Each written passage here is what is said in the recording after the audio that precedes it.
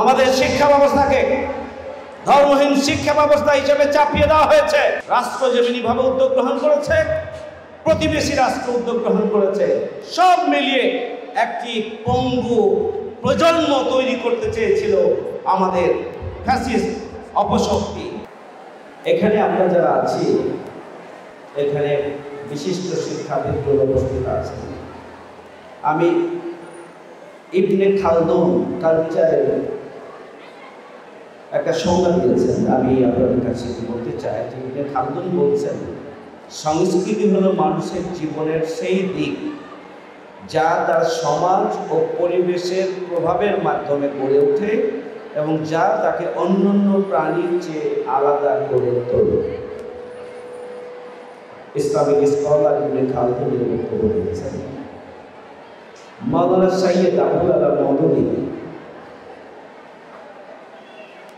তিনি যে সংজ্ঞাটি দিয়েছেন, তিনি বলেছেন যে সংস্কৃতি হলো একটি জাতির বিশ্বাস, আচার আচরণ, জীবনযাপন পদ্ধতি এবং তাদের চিন্তা ও অনুভূতির প্রকাশ।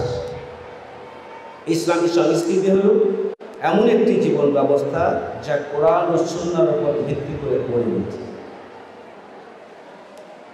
আর একটি সংজ্ঞা আমি উপস্থাপন করতে চাই যে ডক্টর মোহাম্মদ হামিদুল্লাহ তিনি যে সংজ্ঞাটি দিয়েছেন, তিনি বলছেন যে ইসলামী সংস্কৃতি হল সেই আদর্শ ও নীতিমালা যা আল্লাহ এবং তার রাসূলের নির্দেশনা অনুযায়ী মানব জীবনের প্রতিটি ক্ষেত্রে প্রভাব ফেলে।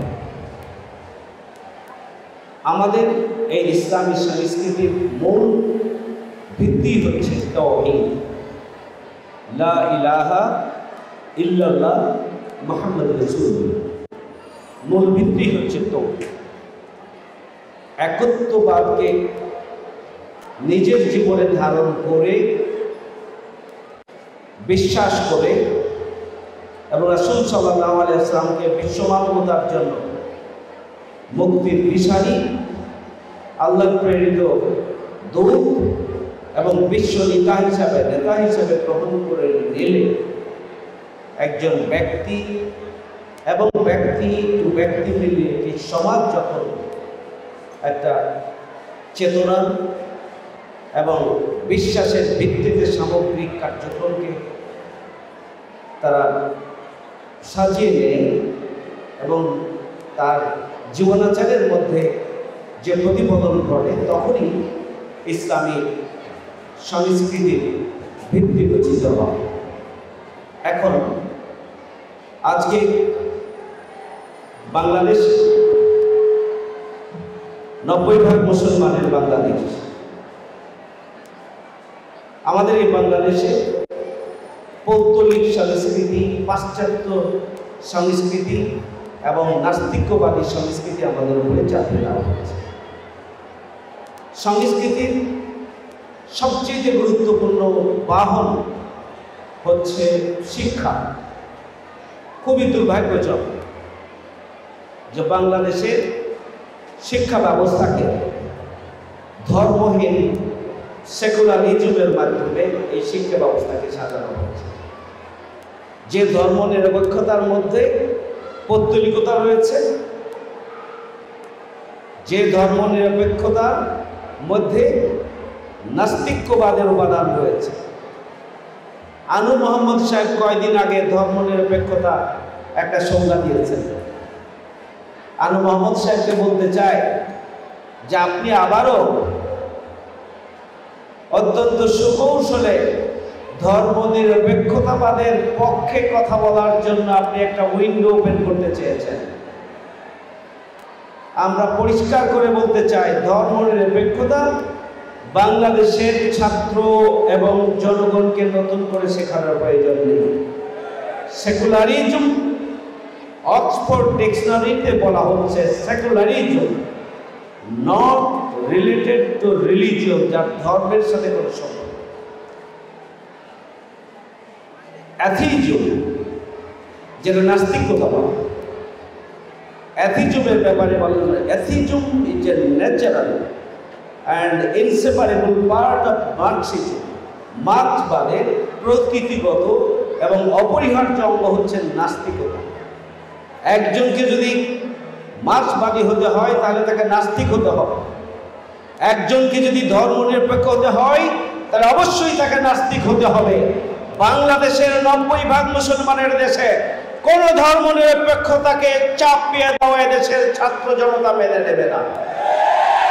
5ই আগস্টে দেশের ছাত্র সমাজ নেতৃত্ব দিয়েছে।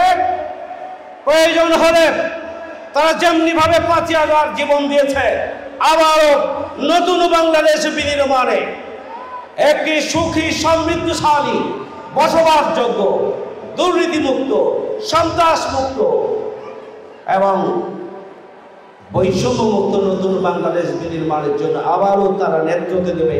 কোন ফ্যাসিবাদ, কোন ধর্মনিরপেক্ষতাবাদ, কোন মার্ক্সবাদ এবং কোন মানব রচিত তন্ত্র মন্ত্রকে মেনে নেওয়ার জন্য আগামী দিনের ছাত্র সমাজ প্রস্তুত নয়।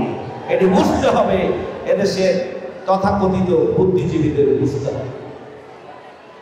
আমাদের শিক্ষা ব্যবস্থাকে ধর্মহীন শিক্ষা ব্যবস্থা হিসেবে চাপিয়ে দেওয়া হয়েছে।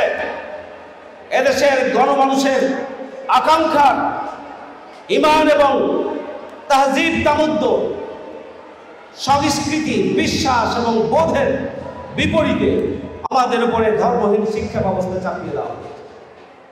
ইন্টারনেটের সহজলভ্যতার মাধ্যমে অত্যন্ত সুকৌশলে আমাদের প্রতিবেশী রাষ্ট্রের সমস্ত চ্যানেলগুলোকে আমাদের দেখার সুযোগ করে দেওয়া হয়েছে। বাংলাদেশের কোনো চ্যানেল প্রতিবেশী রাষ্ট্র দেখতে পারবে না, সেই ব্যবস্থাও করা হয়েছে। অর্থাৎ পৌত্তলিক সংস্কৃতি, অশ্লীলতা এবং বেহায়াপনা ছড়িয়ে দিয়ে আমাদের তরুণ ছাত্র এবং যুবকদেরকে তাদের নৈতিকভাবে তাদেরকে ধ্বংস করার জন্য রাষ্ট্র যেমনিভাবে উদ্যোগ গ্রহণ করেছে, প্রতিবেশী রাষ্ট্র উদ্যোগ গ্রহণ করেছে, সব মিলিয়ে একটি পঙ্গু প্রজন্ম তৈরি করতে চেয়েছিল আমাদের ফ্যাসিস্ট অপশক্তি। কিন্তু এদেশের ছাত্র সমাজ তাদের দীর্ঘ 17.5 বছরের সেই পরিকল্পনা, চক্রান্ত, ষড়যন্ত্র, প্রচেষ্টা, পেরেশানি, অর্থ সব কিছুকে নস্যাৎ করে দিয়ে নতুন বাংলাদেশের সূচনা করেছে। সেই চেতনাকে ধারণ করে নতুন বাংলাদেশ বিনির্মাণে আজকে ছাত্র এবং তরুণদেরকে সামনে এগিয়ে আসতে হবে। আজকে বাংলাদেশের সবচেয়ে বড় সংকট নেতৃত্বের সংকট। বড় সংকট হচ্ছে সততার সংকট, বড় সংকট হচ্ছে যোগ্যতার সংকট।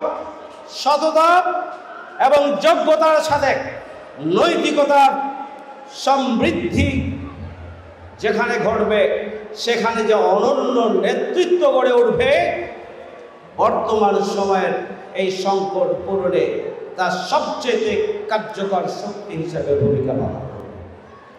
প্রিয় ছাত্র বন্ধুরা আমার, আমরা তামিলুল মিল্লাত মাদ্রাসা তার প্রতিষ্ঠা লগ্ন থেকে দেশ এবং জাতি গঠনের জন্য সুখী সমৃদ্ধশালী বাংলাদেশ হিসাবে বাংলাদেশকে পৃথিবীর মানচিত্রে মাথা উঁচু করে দাঁড়ানোর জন্য যে সৎ, দক্ষ, দেশপ্রেমিক, বিশেষ করে নৈতিকতার সমন্বয়ে যে অনন্য মানুষগুলো তৈরি করছে, তারা আজকে